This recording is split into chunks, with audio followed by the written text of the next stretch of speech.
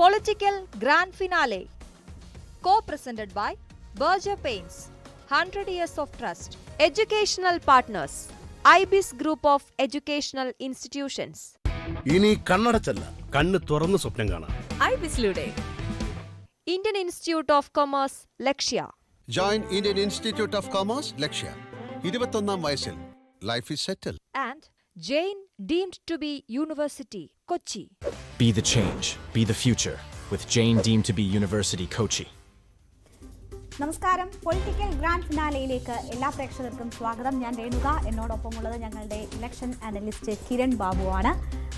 ഇന്ന് ലോക്സഭാ തെരഞ്ഞെടുപ്പുമായി ബന്ധപ്പെട്ട് നോക്കുമ്പോൾ ഈ ലോക്സഭാ തെരഞ്ഞെടുപ്പിന്റെ ആകെ തന്നെ പ്രധാനപ്പെട്ട ഒരു വിഷയമായിരുന്നു CAA. ഇന്ന് CAA നടപ്പാക്കി തുടങ്ങിയിരിക്കുന്നു. ഇനി 5, 6, 7 ഘട്ടങ്ങൾ 3 ഘട്ട വോട്ടെടുപ്പ് നടക്കാനിരിക്കുമ്പോഴാണ് CAA നടപ്പാക്കി തുടങ്ങിയത്. ആ വിഷയമുണ്ട്. ഒപ്പം തന്നെ പ്രശാന്ത് കിഷോറിന്റെ ചില പ്രവചനങ്ങൾ, അതുണ്ടാക്കുന്ന ചില പ്രതികരണങ്ങൾ ഉണ്ട്. പുറകായസ്ഥയുടെ അനുകൂലമായിട്ടുള്ള കോടതി നടപടികളുണ്ട്. ഒപ്പം 5ാം ഘട്ടത്തിലേക്ക് നീങ്ങുമ്പോൾ ആ തെരഞ്ഞെടുപ്പ് നടക്കുന്ന സംസ്ഥാനങ്ങളിലെ അവസ്ഥയും നമുക്ക് പരിശോധിക്കണം. അപ്പോൾ എല്ലാ പ്രേക്ഷകർക്കും പൊളിറ്റിക്കൽ ഗ്രാൻഡ് ഫിനാലയിലേക്ക് സ്വാഗതം.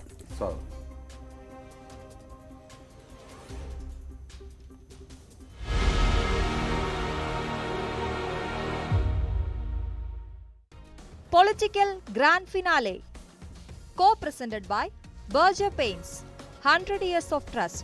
Educational Partners, IBIS Group of Educational Institutions. ഇനി കണ്ണടച്ചല്ല, കണ്ണ് തുറന്ന് സ്വപ്നം കാണാം. IBIS-ലൂടെ Indian Institute of Commerce, Lakshya. Join Indian Institute of Commerce, ലക്ഷ്യ. 21ാം വയസ്സിൽ life is settled. And Jain deemed to be University, Kochi.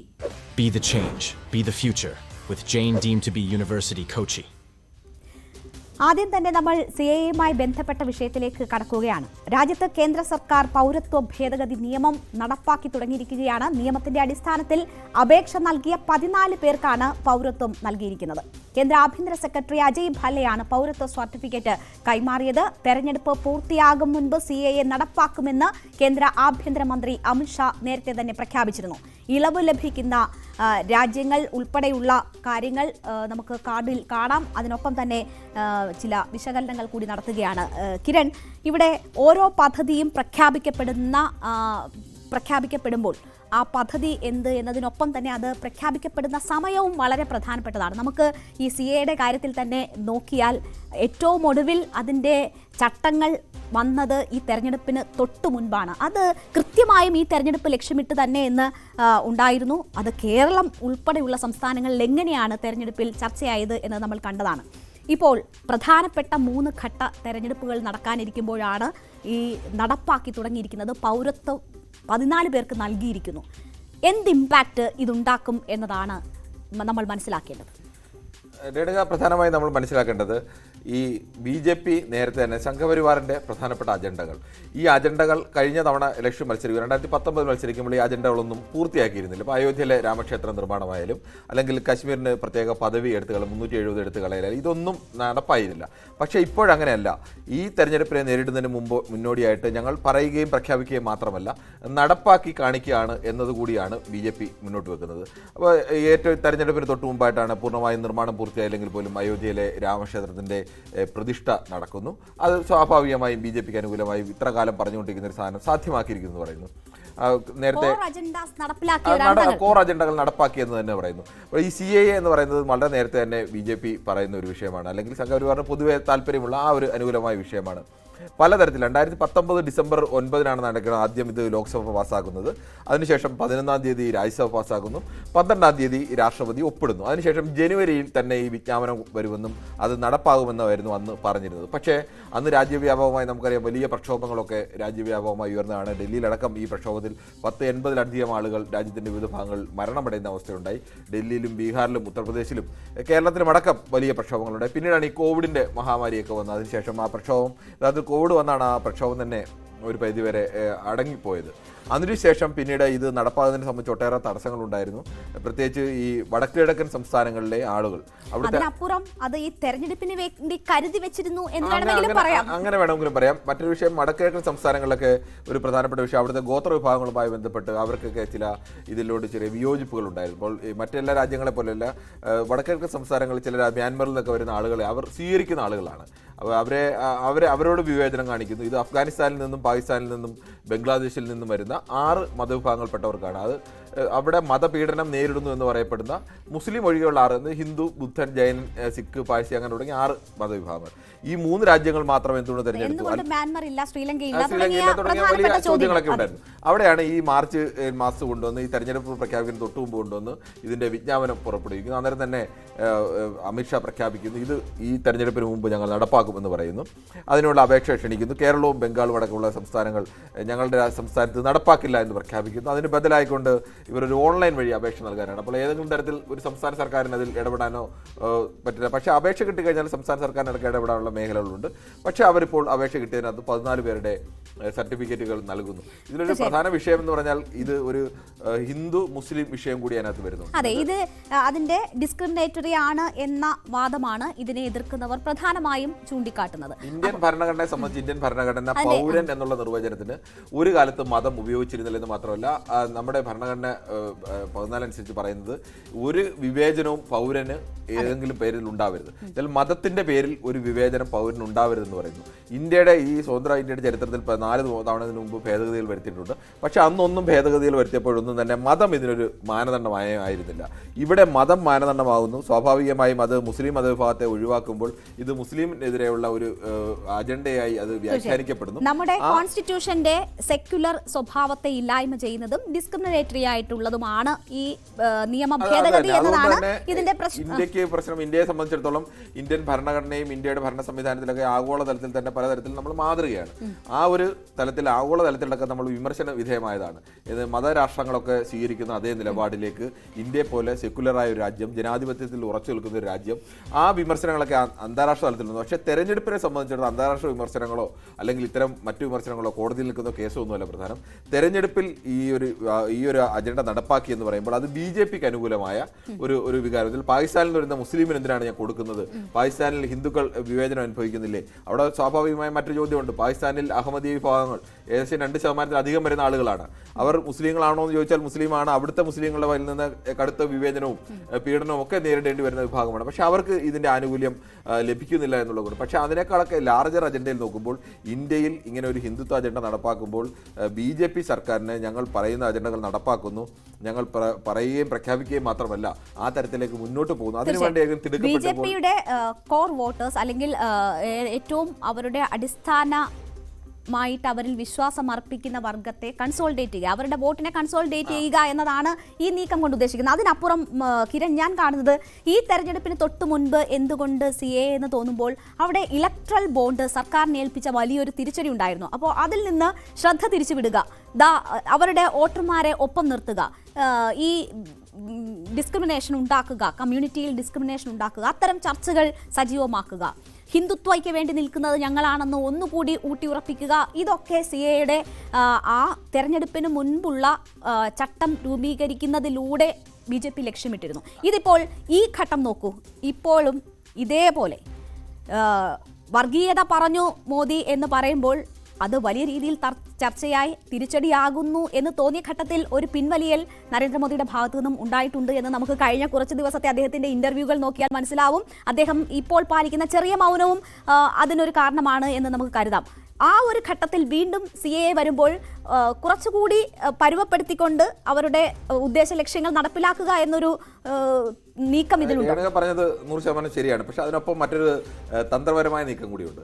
അന്ന് ഇലക്ട്രൽ ബോണ്ടിന്റെ ചർച്ചയിൽ നിന്ന് വലിയൊരു അളവിൽ വഴിതിരിച്ചുവിടാൻ ഈ CAAയുടെ വിജ്ഞാപനത്തിന് കഴിഞ്ഞിരുന്നു എന്നുള്ളത് യാഥാർത്ഥ്യമാണ്. അത് താൽക്കാലികമായി. ഇതിനപ്പുറത്തേക്ക് ഒരു വിഷയം എന്ന് പറഞ്ഞത് ഇന്ത്യയിൽ കോൺഗ്രസ് അടക്കമുള്ള പ്രധാനപ്പെട്ട പ്രതിപക്ഷ ഇന്ത്യ മുന്നണിയിലെ പ്രധാനപ്പെട്ട പാർട്ടികൾക്ക് ഒരു പരിധിക്കപ്പുറം CAAക്കെതിരെ നിലപാട് സ്വീകരിക്കാൻ കഴിയില്ല.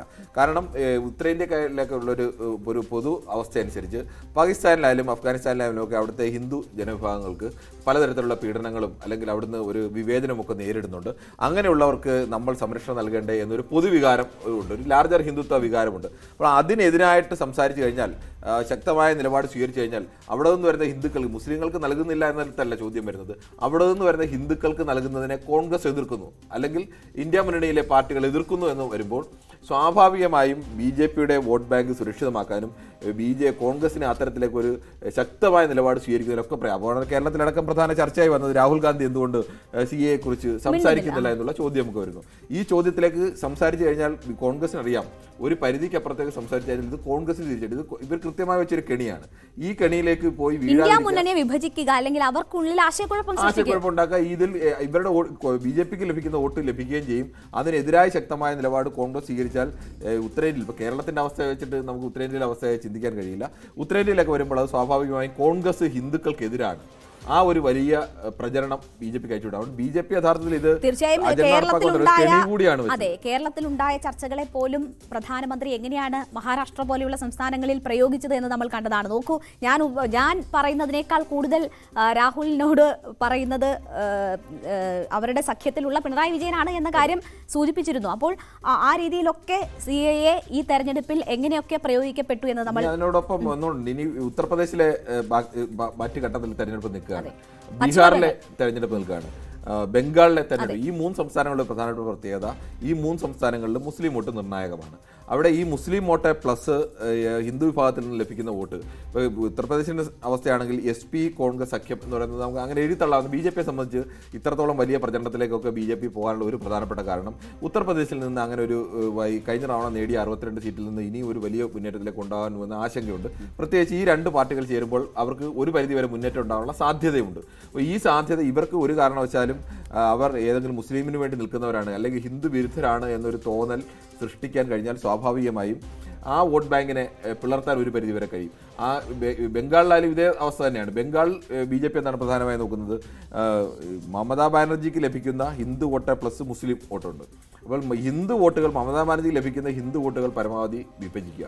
അതിന് ഈ CAA ഒരു തർക്കം, ഒരു ചർച്ചയിലൊക്കെ, പ്രത്യേകിച്ച് ബംഗാളിനൊക്കെ അവസ്ഥയാണെങ്കിൽ ബംഗാളിൽ ഈ കുടിയേറ്റക്കാർ, ബംഗ്ലാദേശിൽ നിന്നുള്ള കുടിയേറ്റക്കാരും അവർക്ക് പൗരത്വം നൽകുന്നതുമായിട്ടുള്ള തർക്കങ്ങളും വിഷയങ്ങളും ഒക്കെ വർഷങ്ങളായി ഉള്ള ഒരു വിഷയമാണ്. അപ്പോൾ മുസ്ലിം വോട്ട് ഒരു കാരണവശാലും BJPക്ക് ലഭിക്കില്ല. അപ്പോൾ അവിടെ നോക്കുന്നത് മുസ്ലിം വോട്ടിനൊപ്പം ഒരു കാരണവശാലും ഹിന്ദു വോട്ടുകൾ തൃണമൂൽ കോൺഗ്രസിലേക്ക് പോകരുത്. തൃണമൂൽ കോൺഗ്രസ് അല്ലെങ്കിൽ പോകേണ്ട കുറെ തൃണമൂൽ കോൺഗ്രസ് പോകേണ്ട ഹിന്ദു വോട്ടുകൾ തിരികെ പിടിക്കുക. ഇതേ അവസ്ഥ തന്നെയാണ് ഏകദേശം ബീഹാറിലും ഉള്ളത്. അങ്ങനെ ഈ പ്രധാനപ്പെട്ട 3 സംസ്ഥാനങ്ങളിലെ തെരഞ്ഞെടുപ്പ് നടക്കുന്ന ഈ ഘട്ടത്തിൽ ഇങ്ങനെ 14 പേർക്ക് പൗരത്വം നൽകുമ്പോൾ സ്വാഭാവികമായും ഈ വിഷയം ചർച്ചയാകുമ്പോൾ അതിന്റെ ഗുണം ഉണ്ടാകാൻ കൂടുതൽ സാധ്യതയുള്ളത് തെരഞ്ഞെടുപ്പിന്റെ തന്ത്രപരമായ രാഷ്ട്രീയത്തിൽ BJPക്കാണ്. അത് മാത്രവുമല്ല, ഈ തെരഞ്ഞെടുപ്പിൽ തന്നെ അമിത്ഷാ പറഞ്ഞിട്ടുണ്ട്, രാഹുൽ ഗാന്ധിയുടെ മുത്തശ്ശി വന്നാലും ഞങ്ങളിത് നടപ്പാക്കും എന്ന് വെല്ലുവിളിച്ചിട്ടുണ്ട്. അപ്പോൾ തങ്ങൾ വാക്ക് പാലിക്കുന്നവരാണ് എന്ന് കിരൺ ആദ്യം പറഞ്ഞു തുടങ്ങിയ ആ ഒരു കാര്യം ആവർത്തിച്ച് ജനങ്ങളെ ബോധ്യപ്പെടുത്തുക, അവരുടെ വോട്ട് ബേസിനെ ബോധ്യപ്പെടുത്തുക എന്ന ഒരു ലക്ഷ്യം കൂടി. അതിനൊരു നല്ല മറുപടി നൽകിയത് പ്രിയങ്കയാണെന്ന് തോന്നുന്നു. പ്രിയങ്ക പറഞ്ഞതുപോലെ പാകിസ്ഥാനെ ഇന്ത്യയോട് എതിർത്ത് നിന്നപ്പോൾ പാകിസ്ഥാൻ എന്ന രാജ്യത്തെ 2ആയി വിഭജിക്കാൻ എന്റെ അമ്മൂമ്മയ്ക്ക് കഴിഞ്ഞു. ആ ധൈര്യം നിങ്ങൾ കണ്ടുപിടിക്കൂ. വാചകം അടിച്ചാൽ പോരാ, ദേശസ്നേഹം പറഞ്ഞാൽ പോരാ, എതിരാളികളെ എങ്ങനെയാണ് നേരിട്ടതെന്ന് കണ്ടുപിടിക്കൂ എന്നുള്ള. അപ്പോൾ അതിനൊക്കെ അപ്പുറത്തേക്ക് പക്ഷേ ഈ രേണുക പറഞ്ഞതുപോലെ BJPയെ സംബന്ധിച്ച് വീണ്ടും ഈ ഹിന്ദുത്വ വിഷയങ്ങൾ സജീവമായി ആ ചർച്ചയായി നിൽക്കേണ്ടത് ഈ ഘട്ടത്തിൽ ഏറ്റവും അനിവാര്യമാണ്. അത്തരം തെരഞ്ഞെടുപ്പ് ഘട്ടങ്ങളാണ് വരാൻ. ഇനി ഇതിനപ്പുറം ഒരു വർഗീയ പ്രചാരണം അല്ലെങ്കിൽ പരാമർശങ്ങളിലേക്ക് കടക്കുക സാധ്യമല്ലാത്ത ഒരു സാഹചര്യം കൂടിയുണ്ട്. അപ്പോൾ കുറച്ച് പ്രവൃത്തിയും കൂടി ഇരിക്കട്ടെ എന്നതായിരിക്കും അടുത്ത നടപടികളിലൂടെ ലക്ഷ്യമിടുന്നത്. അല്ലെങ്കിൽ നേരത്തെ തന്നെ പദ്ധതിയിട്ട പ്രകാരമായിരിക്കാം ഇത് നടക്കുന്നത്. തെരഞ്ഞെടുപ്പിന് തൊട്ട് മുൻപ് ഇതിന്റെ റൂൾസ് പുറത്തുവിടുന്നു, ആ നടപടികളാകുന്നു. കേരളത്തിൽ ഉൾപ്പെടെ മിക്ക ഇടങ്ങളിലും CAA പ്രധാന ചർച്ചാ വിഷയമാക്കുന്നു. അതിൽ പ്രധാനപ്പെട്ട ഒരു നിലപാട് അല്ലെങ്കിൽ കൃത്യമായ ഒരു നിലപാട് സ്വീകരിക്കാൻ കോൺഗ്രസിനെ പോലെയുള്ള രാഷ്ട്രീയ പാർട്ടികൾക്ക് കഴിയാതെ പോകുന്നു. ആ സാഹചര്യത്തിന്റെ ഒക്കെ നേട്ടം കൈക്കലാക്കിയതിനു ശേഷമാണ് മറ്റൊരു ഇതിനകത്ത് വേണമെങ്കിൽ നമുക്ക് കാണാം. ഈ പ്രധാനപ്പെട്ട ദക്ഷിണേന്ത്യൻ സംസ്ഥാനങ്ങളിലൊക്കെ തെരഞ്ഞെടുപ്പ് പൂർത്തിയായി. ദക്ഷിണേന്ത്യയെ സംബന്ധിച്ചിടത്തോളം ഈ CAA ചർച്ചയായി കഴിഞ്ഞാൽ സ്വാഭാവികമായും അത് ഹിന്ദു മുസ്ലിം വിഭജനം എന്നതിനപ്പുറത്തേക്ക് ഹിന്ദു വിഭാഗത്തിൽ തന്നെ പെടുന്ന വലിയൊരു വിഭാഗം ആളുകൾ ഇങ്ങനെ രാജ്യത്തിൻ്റെ പൗരത്വത്തിന് മതത്തിൻ്റെ അടിസ്ഥാനത്തിൽ മാറ്റിയതിനെ എതിർക്കുന്ന വിഭാഗമുണ്ട്. അപ്പോൾ ഇവിടെ ഇതൊരു സജീവമായ ചർച്ചയായാൽ അത് BJPക്ക് അല്ല ഗുണം ചെയ്യുന്നത്. ഇപ്പോൾ കേരളത്തിലായാലും കർണാടകയിലായാലും ആന്ധ്രാപ്രദേശിലൊക്കെ ആയാലും അവിടെയെല്ലാം ചിലപ്പോൾ BJPയേക്കാൾ ഗുണം ചെയ്യുക ചിലപ്പോൾ എതിര് നിൽക്കുന്ന രാഷ്ട്രീയ പാർട്ടികൾക്കാവും. പക്ഷേ ഉത്തരേന്ത്യൻ്റെ കാലാവസ്ഥ തികച്ചും വ്യത്യസ്തമാണ്. ഉത്തരേന്ത്യയിൽ ഈ വിഷയം ചർച്ചയായാൽ, അതുപോലെ ഇനി ബംഗാളിലായാലും ഇനി UP-യിലായാലും ബീഹാറിലായാലും അവിടെയെല്ലാം ഈ വിഷയം ചർച്ചയായാൽ അവിടെ ഏറ്റവും പെരിഫറൽ ആയിട്ടുള്ള വിഷയം മാത്രമേ ചർച്ചയിലേക്ക് വരൂ. സ്വാഭാവികമായും അത് BJPക്ക് ഗുണം ചെയ്യും. അതുകൊണ്ട് ചിലപ്പോൾ വളരെ കൃത്യമായ തീയതി എടുത്തു തന്നെയായിരിക്കും ആ തെരഞ്ഞെടുപ്പുകൾ ഉത്തരേന്ത്യക്ക് മാത്രം ലക്ഷ്യമിട്ടുകൊണ്ടുള്ള നീക്കമായി കൂടി നമ്മൾ കാണണം. എന്തായാലും നടപടികൾ ആരംഭിച്ചിരിക്കുകയാണ്. അതിൻ്റെ ഒരു നേട്ടം ഇനി വരാൻ പോകുന്ന 5ഉം 6ഉം 7ഉം ഘട്ട തെരഞ്ഞെടുപ്പിൽ ഉണ്ടാകും എന്ന് തന്നെയാണ് BJP പ്രതീക്ഷിക്കുന്നത്. നമുക്കിനി അടുത്ത വിഷയത്തിലേക്ക് കടക്കാമെന്നാണ് തോന്നുന്നത്. അതിനു മുൻപ് നമുക്കൊരു ഇടവേള എടുത്തതിന് ശേഷം തിരിച്ചെത്താം.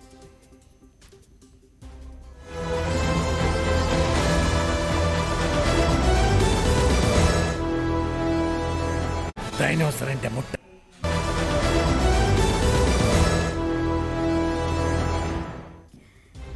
വീണ്ടും പൊളിറ്റിക്കൽ ഗ്രാൻഡ് ഫിനാലയിലേക്ക് സ്വാഗതം. തെരഞ്ഞെടുപ്പ് വിശകലന വിദഗ്ധൻ പ്രശാന്ത് കിഷോറിന്റെ ഭാഗത്തു നിന്നും BJPക്കും NDAയ്ക്കും പ്രതീക്ഷ നൽകുന്ന ചില പ്രവചനങ്ങളാണ് കഴിഞ്ഞ ദിവസം വന്നത്. BJP 300 സീറ്റ് കടക്കും, BJP സർക്കാർ നിലവിൽ വരും, എന്നാൽ 370 സീറ്റ് എന്ന സ്വപ്നം നടക്കില്ല, അതായത് 400 എന്ന് പറയുന്ന അവരുടെ സ്വപ്നം നടക്കില്ല എന്ന് പ്രശാന്ത് കിഷോർ പ്രവചിക്കുകയാണ്.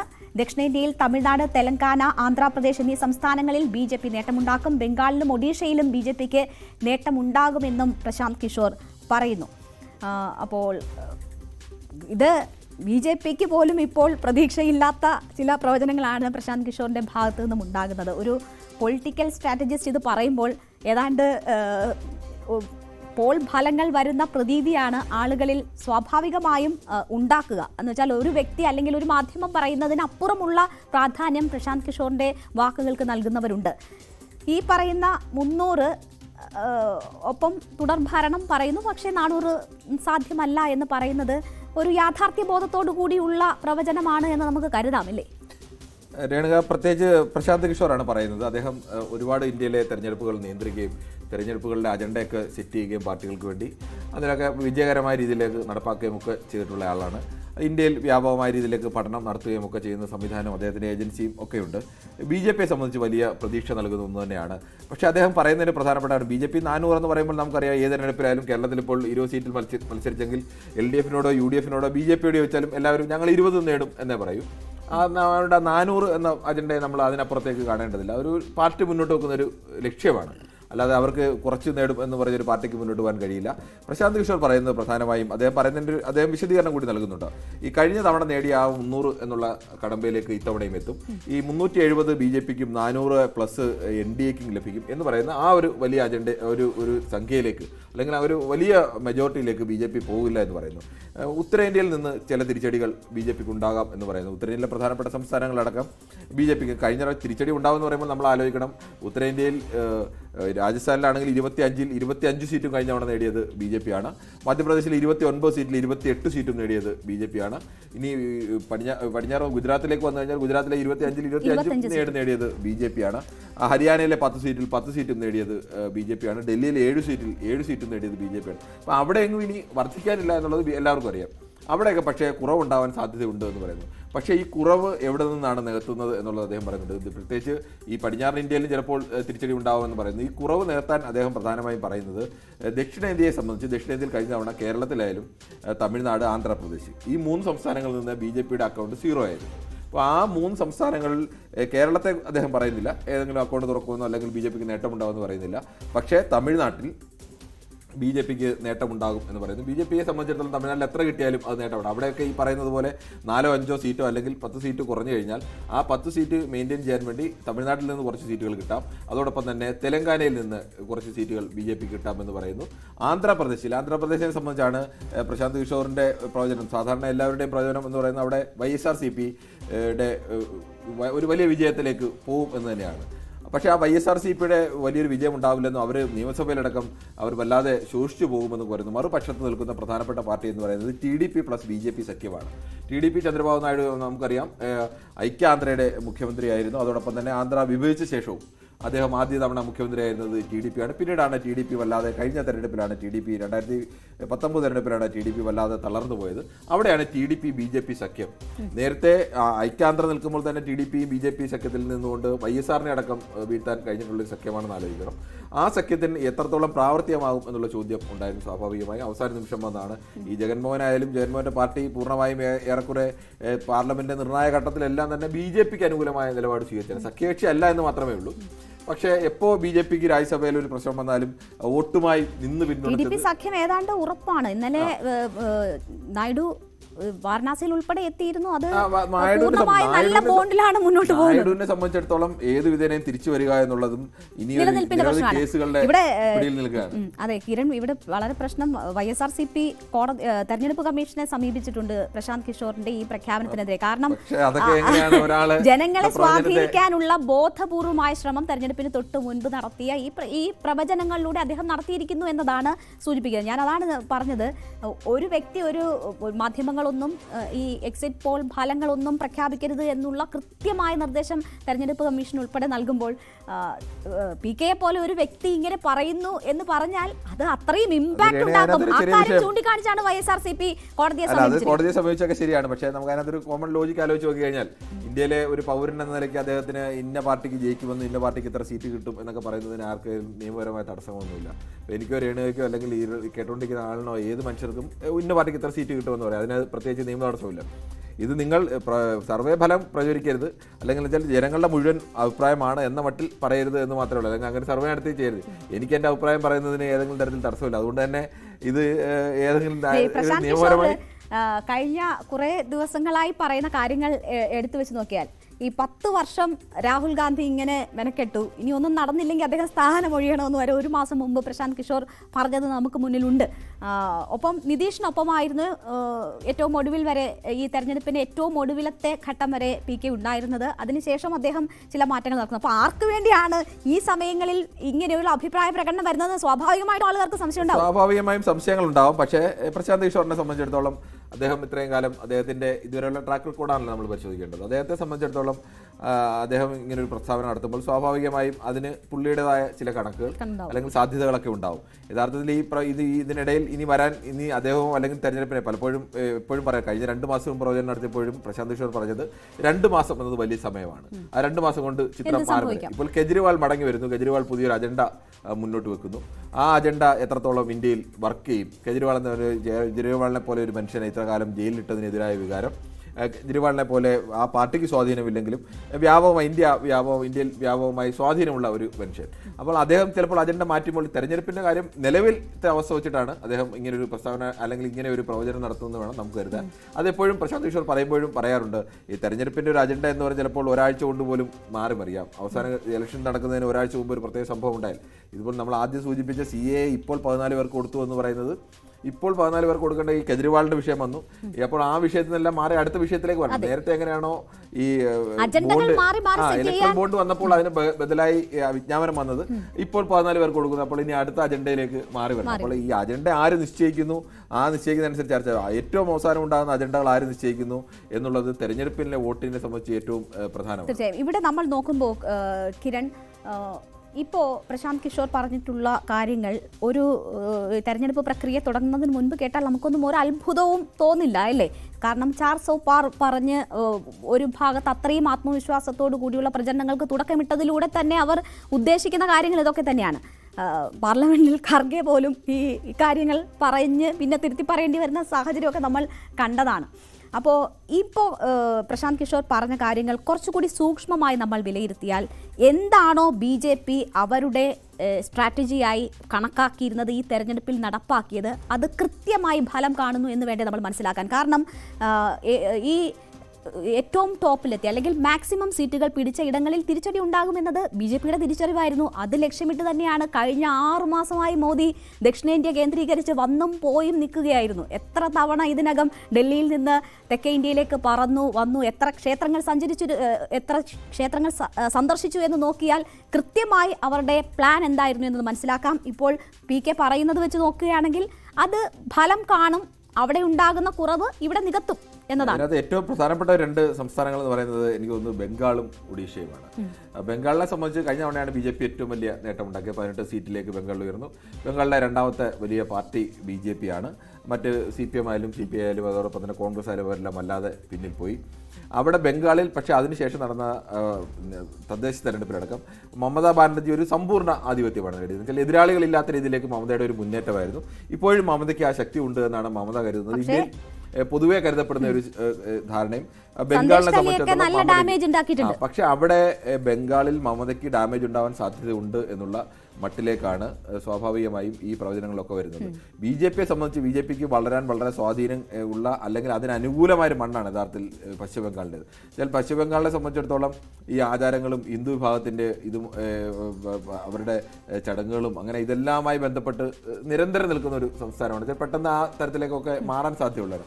അവിടെ BJP ഏറ്റവും വലിയ ശക്തിയായി മാറാനുള്ള ശ്രമം നടത്തിക്കൊണ്ടിരിക്കുന്നത് മമതയാണ് വലിയ തടസ്സമായിരിക്കുന്നത്. അതിനിടയിലാണ് മമതയ്ക്ക് ഈ പെട്ടെന്നുള്ള ആരോപണങ്ങളും ഈ വിഷയങ്ങളും എല്ലാം. ഒപ്പം തന്നെ ഈ സന്ദേശ് ഖലിക്കൊപ്പം തന്നെ CAA ബംഗാളിന്റെ പശ്ചാത്തലത്തിൽ നോക്കുകയാണെങ്കിൽ അവിടെ ഈ പൗരത്വം കാത്തു കിടക്കുന്ന ഹിന്ദു വിഭാഗക്കാരായ ആളുകളുടെ വലിയൊരു ശതമാനം വോട്ട് BJPക്ക് ഉറപ്പാക്കുന്നത് അങ്ങനെയും വരും. സ്വാഭാവികമായും ബംഗാളിലെ വോട്ടിംഗ് ശതമാനം തുടങ്ങും. ബംഗാളിലെ മുസ്ലിം വോട്ട് എന്ന് പറയുന്നത് പ്രധാനമായും മമതാ ബാനർജിക്ക് പോകുന്നു. പിന്നീട് മറ്റ് കുറച്ചുള്ള മുസ്ലിം വോട്ടുകൾ CPM-നോ അല്ലെങ്കിൽ കോൺഗ്രസിനോ മൂന്നായിട്ട് നിന്ന് മത്സരിക്കുകയാണ്. ഈ 3 സ്ഥലത്തേക്ക് പോകുന്നു. ഈ വോട്ട് ഒരു കാരണവശാലും BJPക്ക് വരേണ്ട വോട്ടല്ല. അപ്പോൾ BJPയെ സംബന്ധിച്ചിടത്തോളം പ്രധാനപ്പെട്ട ഒരു ലക്ഷ്യം എന്ന് പറയുന്നത് മമതയ്ക്ക് ലഭിക്കുന്ന മഹാഭൂരിപക്ഷം വരുന്ന ഇപ്പോഴും ഹിന്ദുക്കളുടെ മഹാഭൂരിപക്ഷം വോട്ട് ലഭിക്കുന്ന പാർട്ടി ഇപ്പോൾ നിലവിൽ മമതയാണ്. അതിന് മുമ്പ് CPM ആയിരുന്നു അവിടുത്തെ ഏറ്റവും കൂടുതൽ ഹിന്ദുക്കളുടെ വോട്ട് ലഭിക്കുന്ന പാർട്ടി. അപ്പോൾ മമതയ്ക്ക് ലഭിച്ചുകൊണ്ടിരിക്കുന്ന ഈ ഹിന്ദുക്കളുടെ വോട്ടിനകത്ത് ഒരു വിഭാഗത്തെയെങ്കിലും പിളർത്തുക, അങ്ങനെ പിളർത്താൻ സഹായമായ ഒരു മുദ്രാവാക്യമാണ് നമ്മൾ ഈ പറഞ്ഞ പോലെ CAA. അപ്പോൾ ഇതടക്കമുള്ള വിഷയങ്ങൾ ബംഗാളിൽ ഒരു പരിധിവരെ വർക്ക് ചെയ്യാൻ സാധ്യതയുണ്ട്. അല്ലെങ്കിൽ മമതയുടെ എതിരാളികളുടെ വോട്ട്, മമതയ്ക്ക് ലഭിക്കേണ്ട വോട്ട് കോൺഗ്രസും അവിടെ മത്സരിക്കുന്നു, അവിടെ CPM-ഉം കോൺഗ്രസോട് ചേർന്ന് മത്സരിക്കുമ്പോൾ അവരും പിടിക്കാൻ സാധ്യതയുള്ളത് മമതയുടെ വോട്ടാണ് എന്ന് വരുമ്പോൾ സ്വാഭാവികമായും ഈ മറുപക്ഷത്തിൽ നിൽക്കുന്ന BJPക്ക് നേട്ടം ഉണ്ടാകാനുള്ള സാധ്യതയുണ്ട്. ഇതെല്ലാം കൂടി കണക്കാക്കിയാവണം പറയുന്നത് BJPക്ക് ആ തരത്തിലേക്ക് ഒരു നേട്ടം ബംഗാളിൽ ഉണ്ടാകുന്നു. അങ്ങനെയാണെങ്കിൽ തെലങ്കാന, ആന്ധ്ര, ബംഗാൾ ഒപ്പം ഒഡീഷ ഇവിടങ്ങളിൽ BJP ഒരു വൻ മുന്നേറ്റം ഇക്കുറി വൻമുന്നേറ്റം അല്ലെങ്കിൽ വളരെ മെച്ചപ്പെട്ട ഒരു പ്രകടനം എന്ന് നമ്മൾ കണക്കാക്കേണ്ടതില്ല.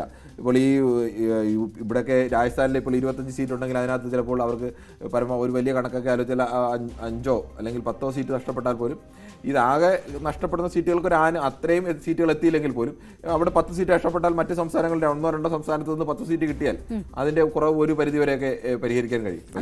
കണക്ക് അങ്ങനെ 300-ന് നിൽക്കുമെന്ന് പറയുന്നത് ഈ ലോക്സഭാ തെരഞ്ഞെടുപ്പ് മാത്രം ലക്ഷ്യമിട്ടല്ല മോദിയുടെ യാത്രയായാലും BJPയുടെ തന്ത്രങ്ങളായാലും ഈ സംസ്ഥാനങ്ങളിലൊക്കെ പരീക്ഷിക്കപ്പെടുന്നത് ഇനി നടക്കാനിരിക്കുന്ന നിയമസഭാ തെരഞ്ഞെടുപ്പുകൾ കൂടി ലക്ഷ്യമിട്ടുകൊണ്ടുള്ള നീക്കമാണ്. പക്ഷേ അതൊക്കെ ഒരു പരിധിവരെ ലക്ഷ്യം കാണും എന്നതാണ് PKയുടെ ഏറ്റവും അവസാനത്തെ പ്രവചനം ഉൾപ്പെടെ സൂചിപ്പിക്കുന്നത്. പക്ഷേ ഇതൊക്കെ നടക്കുമ്പോഴും ഇത്രമാത്രം ആത്മവിശ്വാസം ഇല്ലാത്ത നിലയിലായിരുന്നു BJPയും NDAയും എന്നാണ് പൊതുവെ പറഞ്ഞു കേട്ടിരുന്നത്. ദേശീയ മാധ്യമങ്ങളൊക്കെ നൽകിയിരുന്ന സൂചന അങ്ങനെയാണെങ്കിൽ അതല്ല സാഹചര്യം എന്ന ഒരു പ്രതീക്ഷ BJPക്ക് നൽകുന്നതാണ്. ഈ BJPയെ സംബന്ധിച്ച് വലിയ പ്രതീക്ഷ നൽകുന്നത് തന്നെയാണ് 300 സീറ്റുകളും അധികാരത്തിൽ വരും എന്നുള്ളത്. പക്ഷേ BJPയെ സംബന്ധിച്ച് BJPയുടെ കഴിഞ്ഞ തവണത്തേക്കാൾ സീറ്റിന്റെ എണ്ണം കുറഞ്ഞാൽ പോലും യഥാർത്ഥത്തിൽ BJPക്ക് അത് ഒരു തരത്തിൽ തിരിച്ചടിയാണ്. BJPയെ പോലെ എതിരാളികൾ ഇപ്പോഴും ദുർബലമായതെങ്കിലും ഇപ്പോൾ ഇന്ത്യ മുന്നണി എന്നൊക്കെ പറയുമ്പോഴും ഈ അവസാന നിമിഷം രൂപപ്പെട്ട സഖ്യമാണ്. ഇതിന് തൊട്ടു മുമ്പ് 5 സംസ്ഥാനങ്ങളിൽ നിയമസഭാ തെരഞ്ഞെടുപ്പ് നടക്കുമ്പോഴും ഈ സഖ്യം ഉണ്ടായിരുന്നില്ല.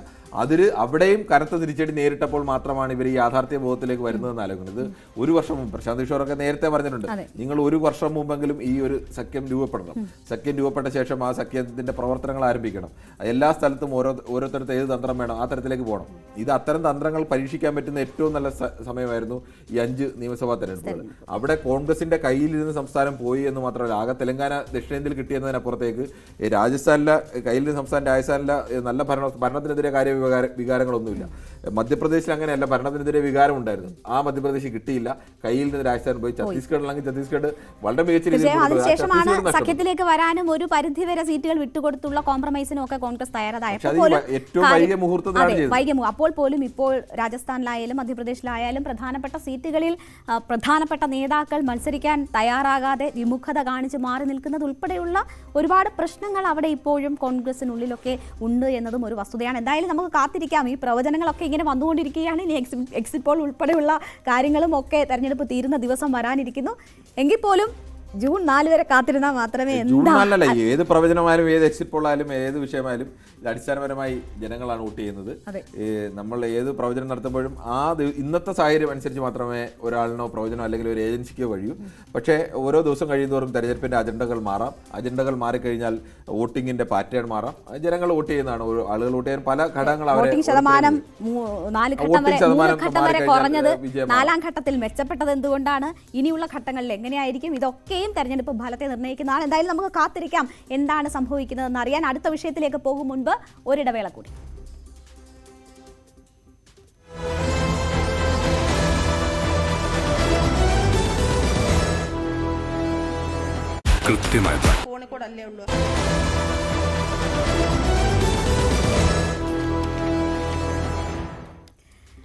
പൊളിറ്റിക്കൽ ഗ്രാൻഡ് ഫിനാലയിലേക്ക് വീണ്ടും സ്വാഗതം.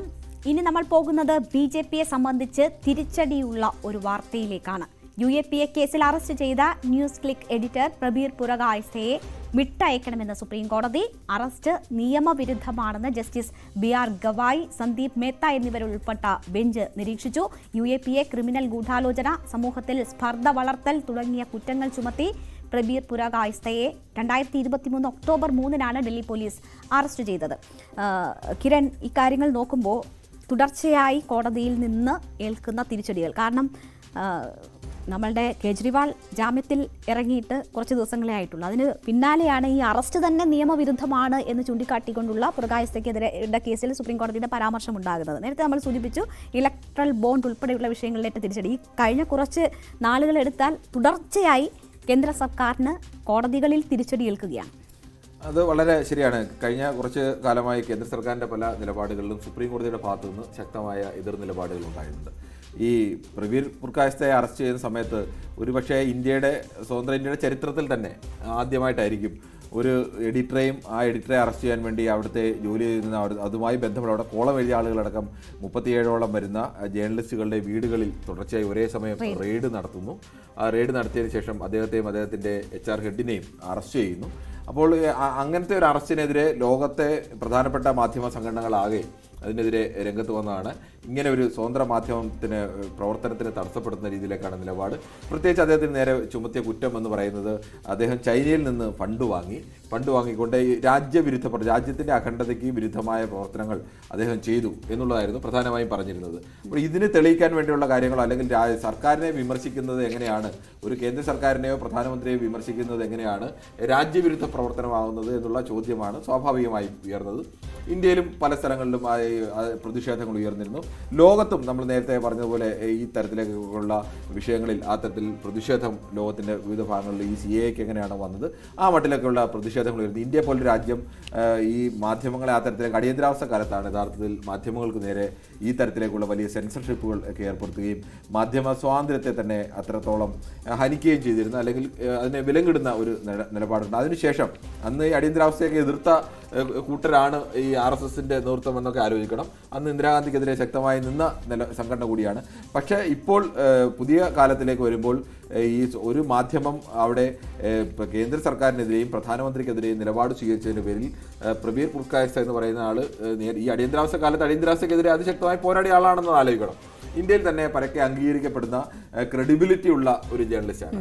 അങ്ങനത്തെ ഒരു ജേർണലിസ്റ്റ് ഒരു ഓൺലൈൻ ന്യൂസ് ക്ലിക്ക് എന്ന് പറയുന്ന ഒരു ഓൺലൈൻ മാധ്യമം, ഇന്ത്യയിലെ ഒരു പ്രധാനപ്പെട്ട മാധ്യമമോ ഇന്ത്യയിലെ മഹാഭൂരിപക്ഷം ജനങ്ങളുടെ ഇടയിൽ ചെല്ലുന്ന വലിയ സ്വാധീനമുള്ള ഒരു മാധ്യമമൊന്നുമല്ല, ചെറിയ മാധ്യമമാണ് യഥാർത്ഥത്തിൽ. അങ്ങനെ ഒരു സമാന്തരമായി നിൽക്കുന്നൊരു മാധ്യമം സർക്കാരിനെതിരെ നിലപാട് സ്വീകരിച്ചു എന്നതിൻ്റെ പേരിൽ അദ്ദേഹത്തെ അറസ്റ്റ് ചെയ്യുന്നു. സ്വാഭാവികമായി അല്ല, ഇനി അങ്ങനെ ഫണ്ട് സ്വീകരിച്ചിട്ടുണ്ട് അതിനെതിരെ നേരത്തെ തന്നെ അദ്ദേഹത്തിൻ്റെ ന്യൂസ് ക്ലിക്കിനെതിരെ കേസ് വിദേശ ഫണ്ട് സംബന്ധിച്ചിട്ടുണ്ട്. ആ വിദേശ ഫണ്ട് സംബന്ധിച്ച കേസ് വന്നിട്ട് ഏതെങ്കിലും തരത്തിൽ അത് തെളിയിക്കാൻ സർക്കാരിന് കഴിഞ്ഞിട്ടില്ല. തെളിയിക്കാതിന് ശേഷമാണ് ഇദ്ദേഹം രാജ്യത്തിന്റെ അഖണ്ഡതയ്ക്ക്, എന്താണ് രാജ്യത്തിന്റെ അഖണ്ഡതയ്ക്ക് എതിരായി ചെയ്തത്, കേന്ദ്ര സർക്കാരിന്റെ വിമർശനം എങ്ങനെ രാജ്യത്തിന്റെ അഖണ്ഡതയുമായി നേരിട്ട് ബന്ധപ്പെടും എന്നുള്ള ചോദ്യങ്ങളും എല്ലാം വന്നു. എന്നാലും അദ്ദേഹം എഫ്ഐആറിൽ ഉൾപ്പെടെ പറയുന്നത് ഇന്ത്യയുടെ പരമാധികാരത്തെയും അഖണ്ഡതയും തകർക്കാൻ കൂട്ടാളികളും ഇദ്ദേഹവും ശ്രമിച്ചു എന്നതായിരുന്നു പ്രധാനപ്പെട്ട ഒരു അമേരിക്കയിൽ നിന്നുള്ള ഒരു ചൈനീസ് ബന്ധം എന്നുള്ളതാണ് അദ്ദേഹം പറഞ്ഞിരുന്ന ഒരു പ്രധാനപ്പെട്ട ആരോപണം. ഇങ്ങനെയൊക്കെ പറയുമ്പോഴും കോടതി എന്ന് ചോദിച്ച പ്രധാനപ്പെട്ട ചോദ്യമുണ്ട്. നിങ്ങൾ ഇന്ന് അറസ്റ്റ് ചെയ്യുന്ന ആളിനെ പിറ്റേന്ന് വെളുപ്പാക്കാലത്തെ 6 മണിക്കാണ് മജിസ്ട്രേറ്റിന് മുന്നിൽ ഹാജരാക്കുന്നത്. ആദ്യം ഇത് ഡൽഹി ഹൈക്കോടതി ചെന്നപ്പോൾ ഡൽഹി ഹൈക്കോടതി ഈ അറസ്റ്റിനെ അംഗീകരിച്ചാണ്, അതിനെതിരെ ഹർജി തള്ളിയതാണെന്ന് ആലോചിക്കണം. അതിനെതിരെയാണ് പ്രവീർ പുരസായസ സുപ്രീം കോടതി സമീപിക്കുന്നത്. സുപ്രീം കോടതി കപിൽ സിബലാണ് വാദിക്കുമ്പോൾ അവിടെ പ്രധാനമായും ഉന്നയിച്ചത്, ഒരാളെ അറസ്റ്റ് ചെയ്താൽ ഇന്ത്യൻ നിയമവ്യവസ്ഥ അനുസരിച്ച് ആ അറസ്റ്റ് ചെയ്യുന്ന ആളിനെ എന്തിനാണ് നിങ്ങളെ റിമാൻഡ് ചെയ്യുന്നതിന് മുമ്പ് നിങ്ങൾ അറസ്റ്റ് ചെയ്യുന്നത്, നിങ്ങളെ റിമാൻഡ് ചെയ്യുന്നത് എന്തിനാണ്, റിപ്പോർട്ട് കൊടുക്കണം. അദ്ദേഹത്തിന് അഭിഭാഷകനെ ബന്ധപ്പെട്ട അതിന് എന്ത് കൊടും ക്രിമിനൽ ആയിക്കോട്ടെ ആരായിക്കോട്ടെ അവർക്ക് നിയമപരമായ അവകാശമാണ്. ഇത് ഇങ്ങനെ ഒരാളെ അല്ലെങ്കിൽ ഏതെങ്കിലും തരത്തിൽ രക്ഷപ്പെട്ടു പോകുന്ന ഒരു ക്രിമിനലോ അങ്ങനെയുള്ള ഒരാളല്ല, ഒരു മാധ്യമപ്രവർത്തകനാണ്, നോട്ടീസ് നൽകിയാൽ വേണമെങ്കിൽ ഹാജരാകുന്ന ഒരാളാണ്. അങ്ങനെ ഒരാളെ അറസ്റ്റ് ചെയ്ത ശേഷം രാവിലെ 6 മണിക്ക് എന്താണ് ഇത്ര തിടുക്കപ്പെട്ട് നിങ്ങൾ കൊണ്ടുപോയി കാരണം 10 മണിക്കോ 11 മണിക്കോ കൊണ്ടുപോകാം, അതിനു മുമ്പ് അദ്ദേഹത്തിന്റെ അഭിഭാഷകനെ അറിയിക്കാം. ഇത് റിമാൻഡ് ചെയ്ത ശേഷമാണ് അദ്ദേഹത്തിന്റെ അഭിഭാഷകനെ അറിയിക്കുന്നത്. അവിടെ ഡൽഹി പോലീസ് വാദിക്കുന്ന ഒരു പ്രധാനപ്പെട്ട വാദം, ഇദ്ദേഹത്തിന് അഭിഭാഷക സംഘമുണ്ട്, അതുകൊണ്ട് അവർ നേരത്തെ ഇതെല്ലാം അറിഞ്ഞിരിക്കുന്നതാണ്, റിമാൻഡ് ചെയ്യും എന്നൊക്കെ അറിയാം, അതുകൊണ്ട് അവർ മുൻകൂട്ടി ചെയ്തില്ല എന്നുള്ളത്. പക്ഷേ അത് സുപ്രീം കോടതി നിശ്ചിതമായ വിമർശനമാണ് യഥാർത്ഥത്തിൽ ഉന്നയിക്കുന്നത്. ഈ വിമർശനം ഉന്നയിക്കുമ്പോൾ യഥാർത്ഥത്തിൽ ഇത് കേന്ദ്ര സർക്കാരിന് കൂടിയുള്ള ഒരു വലിയ വിമർശനം കൂടിയാണ്. മാത്രമല്ല തങ്ങൾക്കെതിരെ പറയുന്ന അതല്ലെങ്കിൽ നിലപാടെടുക്കുന്ന സത്യം പറയുന്ന മാധ്യമങ്ങൾക്ക് എങ്ങനെ കൂച്ചുവിലങ്ങിടുന്നു എന്നതായിരുന്നു ഈ പുരകായസ്ഥയുടെ അറസ്റ്റ് ഉൾപ്പെടെയുള്ള കാര്യങ്ങൾ വ്യക്തമാക്കിയിരുന്നത്. അവിടെയാണ് കോടതി ഈ അറസ്റ്റ് തന്നെ നിയമവിരുദ്ധമാണ്, റിമാൻഡ് നിയമവിരുദ്ധമാണ് എന്ന് പറയുമ്പോൾ ഈ നടപടികൾ ആകെ കരുതിക്കൂട്ടി ഇത്തരം എതിർ സ്വരങ്ങളെ അടിച്ചമർത്താൻ ചെയ്തതാണ് എന്ന് വരുന്നു. പക്ഷേ അപ്പോൾ പോലും കിരൺ, ഒരു തെരഞ്ഞെടുപ്പ് പ്രക്രിയ, ജനാധിപത്യ പ്രക്രിയ നടക്കുകയാണ്. ഇത്തരം വിഷയങ്ങൾ എങ്ങനെയാണ് ഭരണകൂടം ഇവിടുത്തെ ഭരണഘടനയെ അട്ടിമറിക്കുന്നത്, നിയമവ്യവസ്ഥകളെ അട്ടിമറിക്കുന്നത് എന്ന തരത്തിലുള്ള ചിന്ത സാധാരണ ജനങ്ങളിൽ ഉളവാക്കുമോ? ആ രീതിയിൽ ഈ കാര്യങ്ങൾ ചർച്ച ചെയ്യപ്പെടുന്നുണ്ടോ? അതിൻ്റെ ഒരു ഇമ്പാക്റ്റ് നമുക്ക് തെരഞ്ഞെടുപ്പിൽ പ്രതീക്ഷിക്കേണ്ടതുണ്ടോ? അങ്ങനെ ഒരു വലിയ ഇമ്പാക്റ്റിലേക്കൊന്നും പോകാനുള്ള സാധ്യത എന്തായാലും തൽക്കാലം ഞാൻ കാണുന്നില്ല. അങ്ങനെ ഇമ്പാക്റ്റ് ഉണ്ടാവുന്ന എങ്ങനെയാണ്? ഇങ്ങനെ ആവർത്തിച്ച് സംഭവങ്ങൾ ഉണ്ടാവും. അപ്പോൾ തന്നെ തുടർച്ചയായ സുപ്രീം കോടതിയിൽ നിന്ന് കേന്ദ്ര സർക്കാരിന് നടപടികൾക്ക് വിമർശനമുണ്ട്. ഇപ്പോൾ കേജ്രിവാളിൻ്റെ കേസിലായാലും കേജ്രിവാളിനെ അറസ്റ്റ് ചെയ്തത് സാധാരണ ഇതിൽ ചിന്തിക്കുന്ന ഒരാളിന് തെരഞ്ഞെടുപ്പ് ഘട്ടത്തിൽ കേജ്രിവാളിനെ അറസ്റ്റ് ചെയ്യുന്നു. കേജ്രിവാൾ തെറ്റ് ചെയ്തിട്ടുണ്ടോ ഇല്ലയോ എന്നുള്ളത് വേറെ രണ്ടാമത്തെ വിഷയം. പക്ഷേ തെരഞ്ഞെടുപ്പ് ഘട്ടത്തിൽ അറസ്റ്റ് ചെയ്യുമ്പോൾ ഇത് എന്തിനു വേണ്ടിയാണ് അറസ്റ്റ് ചെയ്യുന്നത്? ഇപ്പോൾ ജയിലിൽ അടയ്ക്കുന്നത് കേജ്രിവാളിനെ തെരഞ്ഞെടുപ്പ് രംഗത്തുനിന്ന് മാറ്റി നിർത്തണം. അതിപ്പോൾ ഏജൻസികളാണ് ചെയ്തത് എന്നൊക്കെ പറഞ്ഞാലും ഏജൻസികളുടെ എല്ലാം നിയന്ത്രണം കേന്ദ്ര സർക്കാരിനാണെന്നോ അല്ലെങ്കിൽ സംസ്ഥാന സർക്കാർ പോലീസ് ചെയ്തെങ്കിൽ അതിൻ്റെ നിയന്ത്രണം സംസ്ഥാന സർക്കാരിനാണെന്നും അതൊക്കെ ഏത് സാധാരണ മനുഷ്യനും അറിയാവുന്ന കാര്യങ്ങളാണ്. അവിടെ ബോധപൂർവം ഒരാളെ മാറ്റി നിർത്താൻ വേണ്ടി എതിരാളിയുടെ ആരോപണങ്ങൾക്ക് മറുപടി പറയുകയോ അല്ലെങ്കിൽ വിമർശനങ്ങൾക്ക് മറുപടി പറയുകയോ ചെയ്യാതെ അവരെ തന്നെ ഉന്മൂലനം ചെയ്യുക, അവരെ തന്നെ മാറ്റി നിർത്തുക, അവരുടെ ശബ്ദത്തെ പൂർണ്ണമായി നിശബ്ദമാക്കുക. അതിനുവേണ്ടി ഇപ്പോൾ ഈ ന്യൂസ് ക്ലിക്ക് എന്ന് പറയുന്ന സ്ഥാപനം തന്നെ അടച്ചുപൂട്ടേണ്ട അവസ്ഥ വന്നു. ആ സ്ഥാപനം തന്നെ ഇല്ലാതെയായി. ഇത് ന്യൂസ് ക്ലിക്ക് അടച്ചുപൂട്ട് വഴി ചെയ്യുന്ന എന്താണ്? ഈ സമാനമായ രീതിയിലേക്ക് ഇന്ത്യയിൽ ഇങ്ങനെയൊക്കെ പ്രവർത്തിക്കുന്ന സ്വന്തം നിലയിൽ നിൽക്കുന്ന മാധ്യമങ്ങളെ, ഓൺലൈൻ പ്ലാറ്റ്ഫോമുകൾ ആ കൂടി അവർ ഒരു ഭയത്തിന് നിഴലിലേക്ക് വരികയാണ്. നാളെ ഞങ്ങൾക്കും ഇത് അവസ്ഥ ഉണ്ടാവും. അങ്ങനെ അത്ര കുറച്ച് നിൽക്കാത്ത മനുഷ്യരൊക്കെ സ്വാഭാവികമായും ഇതിനെല്ലാം സാമ്പത്തിക താല്പര്യമൊക്കെ ചേരുന്നത്. നമുക്ക് ഈ വിധി എന്ന് പറയുന്നത് അത്തരം നിഷ്പക്ഷ മാധ്യമങ്ങൾക്ക് കിട്ടിയ ഒരു ഊർജം കൂടിയാണ് എന്ന് നിസ്സംശയം പറയാൻ കഴിയും ഇന്ന് കോടതിയുടെ ഭാഗത്തു നിന്നും ഉണ്ടായിരിക്കുന്ന ഈ ഇടപെടൽ. ഒപ്പം തന്നെ പ്രതീക്ഷയുടെ കിരണം തന്നെയാണ്. കാരണം കോടതി ആവർത്തിച്ച് ഇത്തരം ജനാധിപത്യ വിരുദ്ധമായ അല്ലെങ്കിൽ നിയമവിരുദ്ധമായ നടപടികളിൽ കൃത്യമായ സ്റ്റാൻഡ് എടുത്ത് പരമോന്നത കോടതി മുന്നോട്ട് പോകുന്നു എന്നത് കൂടുതൽ പ്രതീക്ഷ നൽകുന്ന കാര്യമാണ്. ഇവിടെ പുരകായസ്ഥയുടെ കാര്യത്തിൽ കശ്മീരിനെ ഒഴിവാക്കി അരുണാചൽ പ്രദേശ് ചൈനയ്ക്ക് കൊടുത്തുകൊണ്ടൊക്കെ മാപ്പ് ഉണ്ടാക്കാൻ പുരകായസ്ഥയും കൂട്ടരും ശ്രമിച്ചിരുന്നു. അതിനുള്ള പദ്ധതികളിട്ടു എന്ന കാര്യം ചൂണ്ടിക്കാട്ടിയിരുന്നു. ഭീമ കൊറേഗാവ് കേസിലെ വിചാരണ നേരിടുന്ന ഗൗതം നഖ്വാലയുമായിട്ട് ഉള്ള അടുപ്പം അത് ഈ എഫ്ഐആറിൽ ഉൾപ്പെടെ പരാമർശിച്ചു. അപ്പോൾ എല്ലാം ഇപ്പോൾ അല്ലെങ്കിൽ നടപടികളോ അങ്ങനെയല്ല. ഈ അറസ്റ്റ് തന്നെ നിയമവിരുദ്ധമാണ്, ഉടൻ മോചിപ്പിക്കണമെന്ന് പറയുമ്പോൾ ഇതിന്റെ മറ്റു കാര്യം കൊണ്ട് പറയുമ്പോൾ കോടതി അതിന്റെ മെറിറ്റിലേക്ക് പോയിട്ടില്ല. കോടതി അറസ്റ്റ് ചെയ്ത രീതി അതിന്റെ നിയമവശം ആണ് കോടതി പരിശോധിച്ചത്. ജാമ്യം നൽകുമ്പോൾ വിചാരണ കോടതിയുടെ ഉപാധികളോടുകൂടി വേണം, വിചാരണ കോടതിയുടെ എന്താണ് തീരുമാനം അതനുസരിച്ച് ജാമ്യ വ്യവസ്ഥയോടുകൂടി ജാമ്യം നൽകണമെന്നാണ് പറഞ്ഞിട്ടുള്ളത്. അതിന്റെ മെറിറ്റിലേക്ക് പോയിട്ടില്ല. പക്ഷെ അതിന്റെ മെറിറ്റിലേക്ക് ഇപ്പോൾ കോടതി പോയിട്ടില്ലെങ്കിലും സാധാരണ മനുഷ്യരെ സംബന്ധിച്ച് ഉയരുന്നൊരു ചോദ്യം ഉണ്ടല്ലോ. ഇത് നമ്മുടെ മുന്നിലേക്ക് മുന്നിലേക്ക് ഇങ്ങനെ ഒരു വിഷയം വരുന്നു. ഇങ്ങനെ ഒരു വിഷയം വരുമ്പോൾ നേരത്തെ പറഞ്ഞ പോലെ കെജ്രിവാളിന്റെ അറസ്റ്റ് പോലെ തന്നെയാണ് ഇങ്ങനെ ഒരു വിഷയം വരുമ്പോൾ കെജ്രിവാളിന്റെ കേസിലും അതിന്റെ മെറിറ്റിലേക്ക് പോകാതെയാണ് കോടതി ഇടപെട്ടത്. ന്യൂസ് ക്ലിക്കിന്റെ വിഷയത്തിൽ ന്യൂസ് ക്ലിക്കിന്റെ ഏതെങ്കിലും ലേഖനത്തിനകത്ത് അല്ലെങ്കിൽ ന്യൂസ് ക്ലിക്ക് തുടർച്ചയായി അങ്ങനെ ഇന്ത്യക്കെതിരായി ലേഖനങ്ങൾ പ്രസിദ്ധീകരിച്ചിട്ടുണ്ടോ? അല്ലെങ്കിൽ ന്യൂസ് ക്ലിക്ക് ഏതെങ്കിലും തരത്തിൽ ബോധപൂർവ്വം ഇന്ത്യയെ വിമർശിക്കരുത് എന്ന് ഒരു മാധ്യമങ്ങൾക്കും അങ്ങനെ വിമർശിക്കരുത്, അങ്ങനെ നമ്മുടെ ഭരണഘടന എവിടെയും പറയുന്നില്ല. മാധ്യമങ്ങൾക്കും മനുഷ്യർക്കും നമ്മുടെ ഭരണ സംവിധാനത്തെയും നമ്മുടെ ഭരണകൂടത്തെയും എല്ലാം വിമർശിക്കാനുള്ള അവകാശം കൂടിയുണ്ട്. ജനാധിപത്യത്തിന്റെ അടിസ്ഥാനപരമായ സ്വഭാവം തന്നെ ഏറ്റവും ദുർബലനായ മനുഷ്യനായാൽ പോലും ആ മനുഷ്യന് ഈ ഭരണ സംവിധാനത്തെ വിമർശിക്കാൻ അവകാശമുണ്ട് എന്നുള്ളതാണ്, അവൻ്റെ അഭിപ്രായം പറയാൻ അവകാശമുണ്ട് എന്നുള്ളതാണ്. അപ്പോൾ അങ്ങനെ അഭിപ്രായം പറഞ്ഞതിൻ്റെ പേരിൽ അയാളുടെ അഭിപ്രായം നാളെ ഇനി അവർ ചൈനയ്ക്ക് വേണ്ടിയാണ് ഈ അഭിപ്രായം ചെയ്തത്, അല്ലെങ്കിൽ ഇവർ ബോധപൂർവ്വം നാളെ ഇന്ത്യയുടെ ഒരു ഭാഗത്തെ ഇല്ലാതെ ഒരു മാപ്പ് ഉണ്ടാക്കാൻ ഇതെല്ലാം ശ്രമിച്ചു അല്ലെങ്കിൽ തെറ്റ് ചെയ്തു എന്നൊക്കെ പറയുന്ന ഒരു ഗൂഢാലോചന സിദ്ധാന്തം പോലെ പറയുന്ന കുറേ ആരോപണങ്ങളുമൊക്കെയാണ്. അതിൻ്റെയൊക്കെ സത്യാവസ്ഥകൾ ഇനി കോടതിയാണ് തീരുമാനിക്കേണ്ടത്, ശരിയാണോ തെറ്റാണോ എന്നൊക്കെ. പക്ഷേ ഒരു കോമൺ പീപ്പിളിൻ്റെ മുന്നിലേക്ക് വരുമ്പോൾ അതിലൊരു അവിശ്വാസമുണ്ട്.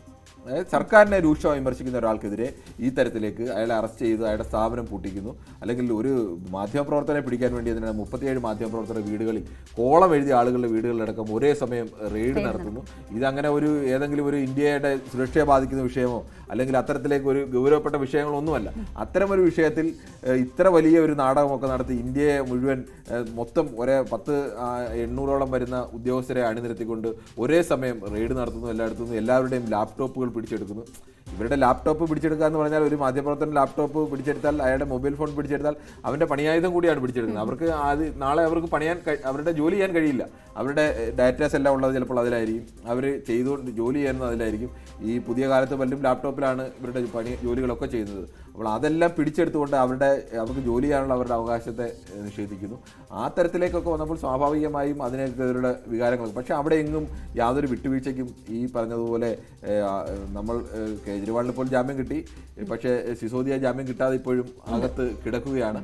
പുർക്കാശയുടെ വിഷയം വന്ന കുറച്ച് കാലം കഴിഞ്ഞപ്പോൾ ഈ ചർച്ചകളൊക്കെ മാറി. പക്ഷേ ഇതിപ്പോൾ ഇങ്ങനൊരു ചർച്ച വരുമ്പോൾ സ്വാഭാവികമായും പലതുമായി കണക്ട് ചെയ്ത് ആളുകൾ ചിന്തിക്കാനുള്ള സാധ്യതയുണ്ട്.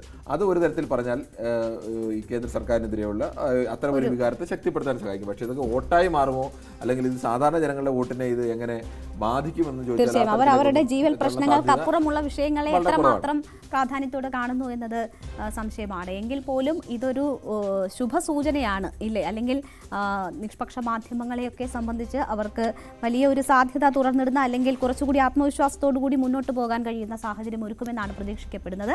നമുക്കിനി മറ്റൊരു വിഷയം അവശേഷിക്കുന്നത് 5ാം ഘട്ട തെരഞ്ഞെടുപ്പുമായി ബന്ധപ്പെട്ടാണ്. അതിലേക്ക് പോകാം. 5ാം ഘട്ട തെരഞ്ഞെടുപ്പിൽ പൊളിറ്റിക്കൽ ഗ്രാൻഡ് ഫിനാലെ ഇനി പരിശോധിക്കുന്നത് 5ാം ഘട്ട തെരഞ്ഞെടുപ്പ് നടക്കുന്ന സംസ്ഥാനമായ മഹാരാഷ്ട്രയാണ്. മഹാരാഷ്ട്ര 5 ഘട്ടങ്ങളായാണ് വോട്ടെടുപ്പ് നടന്നത്. പ്രധാനപ്പെട്ട ആ ഒരു 5ാം ഘട്ട തെരഞ്ഞെടുപ്പിന്റെ സംസ്ഥാനങ്ങളുടെ ഒരു ഡീറ്റെയിൽസ് കൂടി പറയാം എന്ന് തോന്നുന്നു. 5ാം ഘട്ടം മെയ് 20-നാണ്. 5ാം ഘട്ടം 8 സംസ്ഥാനങ്ങളിലായിട്ട് 49 മണ്ഡലങ്ങളാണ്. ഇതുവരെ എല്ലാം 80-90 ഒക്കെ മണ്ഡലങ്ങളിലാണ് നടന്നത്. 5ാം ഘട്ടത്തിൽ കുറവാണ്, 49 മണ്ഡലങ്ങളാണ്. അതിൽ ഏറ്റവും പ്രധാനം ഉത്തർപ്രദേശാണ്. ഉത്തർപ്രദേശിലെ 14 മണ്ഡലങ്ങൾ. ഉത്തർപ്രദേശ് ഏറ്റവും വലിയ സംസ്ഥാനം, 80 സീറ്റുള്ള സംസ്ഥാനം എന്ന നിലയ്ക്ക് 14 സീറ്റുകൾ മത്സരമുണ്ട്. മഹാരാഷ്ട്രയാണ് മറ്റൊന്ന്, അവിടെ 13 സീറ്റുകളിൽ മത്സരിക്കുന്നുണ്ട്. മറ്റൊന്ന് ബംഗാളാണ്. ബംഗാളിലെ 7 സീറ്റുകൾ മത്സരമുണ്ട്. മറ്റൊന്ന് ബീഹാറാണ്. ബീഹാറിലെ 5 സീറ്റുകൾ. നമ്മൾ നേരത്തെ പറഞ്ഞ വിഷയമെല്ലാം ഇതുമായി ബന്ധപ്പെടുന്നതാണ്. ഈ ബീഹാറായാലും ഉത്തർപ്രദേശായാലും എല്ലാം ഇതുമായി ബന്ധപ്പെട്ട് നിൽക്കുന്ന സംസ്ഥാനങ്ങളാണ്. ഒഡീഷയിലെ 5 സംസ്ഥാനത്തും, ജാർഖണ്ഡിലെ 3, ജമ്മു കാശ്മീരിലെ 1, ലഡാക്കിലെ 1. ലഡാക്ക് ഇത് പുതുതായി മാറിയതിനു ശേഷമുള്ള ആദ്യത്തെ തെരഞ്ഞെടുപ്പ്. ലഡാക്ക് കോൺസ്റ്റിറ്റ്യൂൻസിയിലെ തെരഞ്ഞെടുപ്പ് കൂടി, ലേയിലെ തെരഞ്ഞെടുപ്പ് കൂടി അന്ന് നടക്കുകയാണ്. നമുക്കതിൽ മഹാരാഷ്ട്ര ഇന്ന് കോൺസെൻട്രേറ്റ് ചെയ്താൽ അവിടെ 5 ഘട്ടമായാണ് വോട്ടെടുപ്പ് നടന്നത്. മഹാരാഷ്ട്രയിൽ അപ്പോൾ മെയ് 20-ന് നടക്കാൻ പോകുന്നത് അവസാന ഘട്ട തെരഞ്ഞെടുപ്പാണ്. 13 മണ്ഡലങ്ങളിലേക്കാണ് തെരഞ്ഞെടുപ്പ്. ആദ്യഘട്ടത്തിൽ 5-ഉം 2ാം ഘട്ടത്തിൽ 8-ഉം 3-ഉം 4-ഉം ഘട്ടങ്ങളിൽ 11 വീതം മണ്ഡലങ്ങളിലാണ് വോട്ടെടുപ്പ് നടന്നത്. 5ാം ഘട്ടം എങ്ങനെ നിർണായകമാകും എന്ന് പരിശോധിക്കാം. ഏതൊക്കെ മണ്ഡലങ്ങളിലാണ് 5ാം ഘട്ടത്തിലെന്ന് നോക്കിയാൽ Dhule, Dindori, Nashik, Palghar, Bhiwandi, Kalyan, Thane, Mumbai North, Mumbai North West, Mumbai North East, Mumbai North Central, Mumbai South Central, Mumbai South എന്നിടങ്ങളിലാണ്. നഗരപ്രദേശങ്ങൾ ആണ് ഈ 5ാം ഘട്ടത്തിൽ തെരഞ്ഞെടുപ്പിലേക്ക് പോകുന്നത് അല്ലേ? എന്താണ് നമ്മൾ പ്രതീക്ഷിക്കേണ്ടത്? ഒരു ഇന്ത്യ മുന്നണിയെ സംബന്ധിച്ച് അവർ ഏറ്റവും പ്രതീക്ഷ വയ്ക്കുന്ന ഒരിടമാണ് മഹാരാഷ്ട്ര. പക്ഷേ അവിടെ വോട്ട് ഭിന്നിപ്പിക്കാനുള്ള പല ശ്രമങ്ങളും നമ്മൾ ഇതിനോടകം കണ്ടതാണ്. യഥാർത്ഥത്തിൽ ഇന്ത്യയിലെ ഏറ്റവും പ്രധാനപ്പെട്ട ഒരു നഗരത്തെ ഹൃദയത്തിൽ തെരഞ്ഞെടുപ്പ് നടക്കാൻ പോകുന്നത് അടുത്ത ഘട്ടത്തിലാണ്. മുംബൈയിലെ പ്രധാനപ്പെട്ട എല്ലാ വാണിജ്യ നഗരത്തിന്റെ ഏറ്റവും നിൽക്കുന്ന എല്ലാ ഘട്ടത്തിലെല്ലാം തെരഞ്ഞെടുപ്പ് നടക്കുന്ന ഒരു ഘട്ടമാണ്. പല പ്രമുഖരും വരുന്ന പീയൂഷ് ഗോയൽ അടക്കമുള്ളവർ ഈ ഘട്ടത്തിലാണ് മത്സരിക്കുന്നതെന്നുകൊണ്ട് പ്രത്യേകിച്ച് മുംബൈ നഗരം മഹാരാഷ്ട്ര ആകെ പിടിക്കുക എന്നുള്ളപ്പോൾ തന്നെ മുംബൈ നഗരം പിടിക്കുക എന്നുള്ളത് ഇന്ത്യ മുന്നണിക്കായാലും BJPക്കായാലും ഏറ്റവും നിർണായകമായ ഒരു വിഷയമാണ്. അവിടെ ഈ മഹാരാഷ്ട്രയെ സംബന്ധിച്ച് ഇത്തവണത്തെ തെരഞ്ഞെടുപ്പ് എന്ന് പറഞ്ഞാൽ മഹാരാഷ്ട്രയിൽ 4 പ്രധാനപ്പെട്ട നേതാക്കൾ ആർക്കാണ് ശക്തി എന്നത് തെളിയിക്കേണ്ട ഒരു അവസ്ഥ കൂടിയാണ്. യഥാർത്ഥത്തിൽ ഇതുവരെയും ഉണ്ടായിരുന്ന ഒരു മഹാരാഷ്ട്രയിലെ തെരഞ്ഞെടുപ്പ് രീതി എന്ന് പറഞ്ഞാൽ ഒരു മുന്നണിയിലായിട്ട് നിന്നിരുന്നത് കോൺഗ്രസും NCPയുമാണ് ഒരു മുന്നണിയിൽ നിന്നിരുന്നത്, ദീർഘകാലമായി നിന്നിരുന്നത്. അതിന് മറുമുന്നണിയിൽ നിന്നിരുന്നത് BJPയും ശിവസേനയുമാണ്. ശിവസേന എന്ന് പറഞ്ഞാൽ BJPയുടെ ഒരു നാച്ചുറൽ അലയായിട്ടാണ് ശിവസേനയും ശിരോമണി അകാലിദളിനെയാണ് BJPയുടെ യഥാർത്ഥത്തിൽ ഒരു ഹിന്ദുത്വ അജണ്ടയുമായി ബന്ധപ്പെടുത്താവുന്ന നാച്ചുറൽ അലയെ കണ്ടിരുന്നത്. പക്ഷേ ഇന്നിപ്പോൾ ആ 2 അലയില്ല എന്നുള്ളത്, അലയുടെ പ്രധാനപ്പെട്ട ഭാഗമില്ല എന്നുള്ളത് മറ്റൊരു സമാനീയ യാഥാർത്ഥ്യം. അവിടെ നിൽക്കുന്ന NCP, ഇപ്പോൾ NCP 2 പാർട്ടിയായി നിൽക്കുന്നു. NCPയെ സംബന്ധിച്ച് ശരത് പവാറിനാണോ അതോ ഇനി അദ്ദേഹത്തിൻ്റെ അനന്തരവൻ അജിത് പവാറിനാണോ ശക്തി, ആരുടെ വിഭാഗത്തിനൊപ്പമാണ് ജനങ്ങൾ നിൽക്കുന്നതെന്ന് തെളിയിക്കണം. നേരത്തെ MLAമാരും MP മാരും ഒക്കെ കൂടുതൽ നിന്നത് അജിത് പവാറിനൊപ്പമാണ്. പക്ഷേ തെരഞ്ഞെടുപ്പ് വരുമ്പോൾ ഇപ്പോഴും പവാറിന്, മഹാരാഷ്ട്രയിലെ ഏറ്റവും പ്രധാനപ്പെട്ട നേതാവായ ശരത് പവാറിന്, അല്ലെങ്കിൽ ഏറ്റവും തന്ത്രജ്ഞനായ നേതാവായ ശരത് പവാറിന് മഹാരാഷ്ട്രയിൽ എത്രത്തോളം കരുത്തുണ്ട് എന്ന് തെളിയിക്കേണ്ട ഒരു തെരഞ്ഞെടുപ്പിൻ്റെ ഘട്ടത്തിലൊക്കെയാണ് മഹാരാഷ്ട്രയിൽ വരുന്നത്. ഇതേപോലെ തന്നെയാണ് ശിവസേനയെ സംബന്ധിച്ചിടത്തോളം. ശിവസേന ദീർഘകാലമായി BJPയുടെ അലയായിരുന്ന ശിവസേന കഴിഞ്ഞ നിയമസഭാ തെരഞ്ഞെടുപ്പുമായിട്ട് ബന്ധപ്പെട്ടാണ് ശിവസേന BJP അലയിൽ നിന്ന് വിട്ടുകൊണ്ട് കോൺഗ്രസ്, NCP, ശിവസേന അങ്ങനെ 3 പേരും ചേർന്ന ഒരു മുന്നണി ഉണ്ടാക്കുകയും അങ്ങനെ ഒരു മന്ത്രിസഭ രൂപീകരിക്കുകയും ഒക്കെ ചെയ്യുന്നത്. പക്ഷേ ആ മന്ത്രിസഭയെ BJP ഞങ്ങളുടെ ഒപ്പം മത്സരിച്ചുകൊണ്ട്, ഒരു തരത്തിൽ പറഞ്ഞാൽ BJPയെ സംബന്ധിച്ച് BJPയെ ചതിച്ചുകൊണ്ടാണ് അവർ മറുഭാഗത്തേക്ക് പോകുന്നതെങ്കിൽ ആ പാർട്ടിയെ തന്നെ കൃത്യമായി BJP നെടുക പിളർത്തുകയാണ്.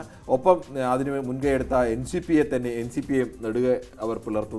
അങ്ങനെ ശിവസേനയെ സംബന്ധിച്ച് ഇനി ആർക്കാണ് ശക്തി എന്നുള്ളത്, ഷിൻഡെ വിഭാഗത്തിനാണോ ശക്തി അതോ ഉദ്ധവ് താക്കറെ വിഭാഗത്തിനാണോ ശക്തി എന്നുള്ളത് തെളിയിക്കേണ്ട ഒരു ഘട്ടം കൂടിയാണ്. കൃത്യമായ പ്ലാനിങ്ങോട് കൂടിയാണ് ഈ NCPയെയും ഒപ്പം തന്നെ ശിവസേനയെയും പിളർത്താനുള്ള നീക്കങ്ങൾ അവിടെ നടന്നത് എന്ന് നമുക്ക് വളരെ വ്യക്തമായി തന്നെ അറിയാം. പക്ഷേ അത് തന്നെ BJPക്ക് NDAക്ക് അവിടെ തിരിച്ചടിയാകുന്നു എന്നതാണ് ഛഗൻ ഭുജ്ബലിന്റെ കഴിഞ്ഞ ദിവസത്തെ വാക്കുകൾ സൂചിപ്പിക്കുന്നത്. കാരണം മറ്റ് ഇപ്പോൾ ഉദ്ധവ് താക്കറേക്കായാലും പവാറിനായാലും ഒക്കെ അനുകൂലമായ ഒരു തരംഗം അവിടെ രൂപപ്പെടുന്നു എന്ന സംശയം NDA ക്യാമ്പിൽ തന്നെ വരുന്നു. അപ്പോൾ അവിടെ പണി പാളിയിട്ടുണ്ടോ എന്നുള്ളതാണ് സംശയം. ഇതിനകത്തൊരു പ്രധാനപ്പെട്ട വിഷയം, NCP എന്ന പാർട്ടി ആശയപരമായി കർഷകരുടെ പാർട്ടിയാണെന്ന്, അവിടുത്തെ കരിമ്പ് കർഷകരുടെ പാർട്ടി, സഹകരണ സംഘങ്ങളൊക്കെ നിൽക്കുന്ന ഒരു പാർട്ടിയാണെന്നൊക്കെ പറയുമ്പോഴും ശരത് പവാർ എന്ന് പറയുന്ന മഹാരാഷ്ട്രക്കാരുടെ ഒരു അഭിമാനമായ നേതാവിനെ പിൻപറ്റി നിൽക്കുന്ന പാർട്ടിയാണ്. അവിടെ ശരത് പവാർ എന്ന് പറയുന്ന ഒരു ഈ അവസാന നിമിഷം നിൽക്കുമ്പോഴും പുതിയ പാർട്ടി രൂപീകരിച്ച് അജിത് പവാർ പോകുമ്പോഴും ശരത് പവാറിന്റെ പടം പോലും മാറ്റാൻ കഴിയുന്നില്ല. ശരത് പവാറിനെ മുൻനിർത്തി അല്ലാതെ NCP എന്ന് പറഞ്ഞൊരു പാർട്ടിക്ക് എത്രത്തോളം നിലനിൽപ്പുണ്ടെന്ന് ചോദ്യമുണ്ട്. ഇപ്പോൾ അടിസ്ഥാനപരമായി ജനത്തെ സംബന്ധിച്ചിടത്തോളം പവാറാണ് പാർട്ടി, അല്ലാതെ ചിഹ്നമോ അല്ലെങ്കിൽ അവരുടെ ക്ലോക്ക് ചിഹ്നം നഷ്ടപ്പെട്ടു പോകുമെന്ന് കരുതി ആ ക്ലോക്ക് ചിഹ്നം കൊണ്ട് മാത്രമല്ല ഇതിൻ്റെ പാർട്ടിയുടെ നഷ്ടപ്പെടുന്നത്. പവാർ എന്ന് പറയുന്ന വ്യക്തി നിൽക്കുന്നത് ഈ ഒരു ഭാഗത്താണ്. ആ ഭാഗത്തേക്ക് സ്വാഭാവികമായും കൂടുതൽ സ്വാധീനം ഉണ്ടാകാനുള്ള സാധ്യത കൂടുതലാണ്. MLAമാർ കൂടുതൽ മാറുന്ന അവരുടെ അധികാരവുമായിട്ടൊക്കെ ബന്ധപ്പെട്ടും പലർക്കെതിരെ കേസുകളുണ്ട്. അത്തരം പല പല വിഷയങ്ങൾ, അവരുടെ താല്പര്യങ്ങളും ഒക്കെ വരാം. അധികാരത്തിൻ്റെ ഒരു ഭാഗമാകാൻ പെട്ടെന്ന് പോകുന്നു, അത്തരം താല്പര്യങ്ങൾ വരാം. പക്ഷേ സാധാരണ ജനങ്ങളെ സംബന്ധിച്ച് NCPയിൽ അതുവരെയും വിശ്വസിച്ചിരുന്ന ആളുകളെ സംബന്ധിച്ചിടത്തോളം പവാറിന് ഒരു സ്വാധീനം ഉണ്ടാകാൻ സാധ്യതയുണ്ട്. അതിന് വോട്ടിങ്ങിന് ശേഷം വേണം എത്രത്തോളം ഉണ്ടാകുന്ന പറയാൻ. ഇനി മറിച്ച് ശിവസേന വന്നു കഴിഞ്ഞാലും അവിടെ ഉദ്ധവ് താക്കറെയാണ് ഒരു ഭാഗത്ത് നിൽക്കുന്നത്, മറ്റേത് സുശീൽ കുമാർ ഷിൻഡെയാണ് നിൽക്കുന്നത്. ഉദ്ധവ് താക്കറെ പോലെ ഒരാൾ നിൽക്കുമ്പോൾ അത് ശിവസേനയെ സംബന്ധിച്ചിടത്തോളം ബാൽ താക്കറയുടെ പിന്മുറ അവകാശപ്പെടാൻ കഴിയുന്ന ഒരാൾ നിൽക്കുകയാണ്. ബാൽ താക്കറയുടെ പാർട്ടിയാണ് ശിവസേനയുടെ ആശയപരമായ പല കാര്യങ്ങളൊക്കെ ഉണ്ടാവും, ഒക്കെ വ്യത്യാസമുണ്ടെങ്കിലും ഇത് ബാൽ താക്കറെ എന്ന് പറയുന്ന ഒരു നേതാവ് ഉണ്ടാക്കിയ പാർട്ടി, അല്ലെങ്കിൽ അദ്ദേഹത്തെ വിശ്വസിച്ച് മുംബൈയിലെ ജനങ്ങൾ, ഒരു മുംബൈക്കരുടെ ഒരു വികാരമൊക്കെ മഹാരാഷ്ട്രയുടെ വികാരം ഉണർത്തി അദ്ദേഹം ഉണ്ടാക്കിയ പാർട്ടിയാണ്. അപ്പോൾ ആ വിശ്വാസത്തിനടുത്തിൽ അതിൻ്റെ പിന്മുറക്കാരനായി നിൽക്കുന്ന ആൾ ഉദ്ധവ് താക്കറെയാണ്.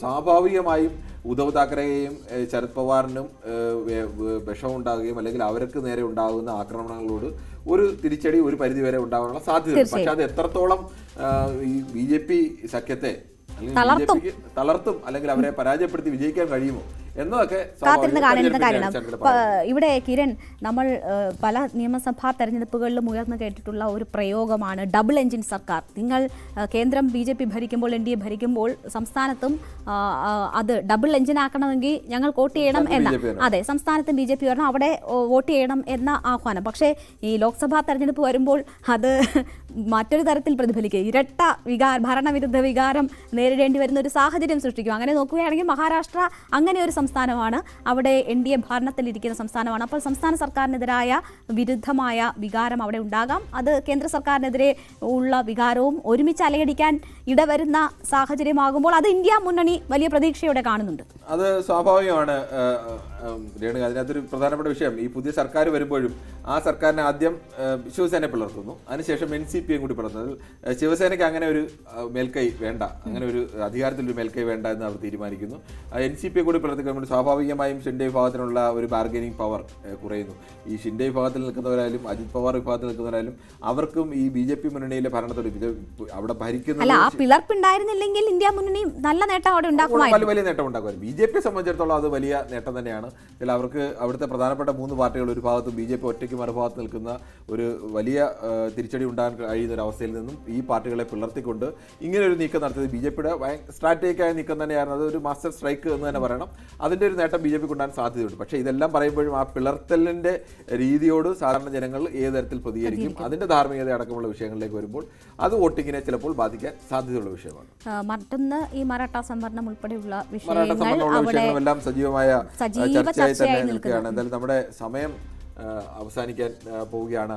ഇനിയുള്ള ദിവസങ്ങളിൽ ഇപ്പോഴുള്ള പ്രവചനങ്ങളും പ്രശാന്ത് കിഷോറിൻ്റെ പ്രവചനങ്ങളും അതോടൊപ്പം തന്നെ ഉള്ള വിഷയങ്ങളും ഒക്കെയാണ് നമ്മൾ പറഞ്ഞത്.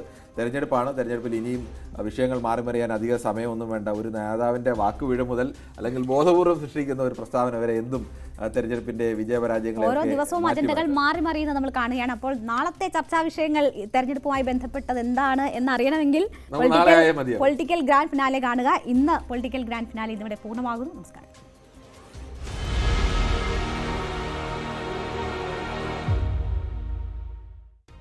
Political Grand Finale, co-presented by Berger Paints, 100 years of trust. Educational partners, IBIS Group of Educational Institutions. ഇനി കണ്ണടച്ചല്ല, കണ്ണ് തുറന്ന് സ്വപ്നം കാണാം. IBISലൂടെ Indian Institute of Commerce, Lakshya. Join Indian Institute of Commerce, ലക്ഷ്യ. 21ാം വയസ്സിൽ life is settle. And Jain deemed to be University, Kochi. Be the change, be the future with Jain deemed to be University, Kochi.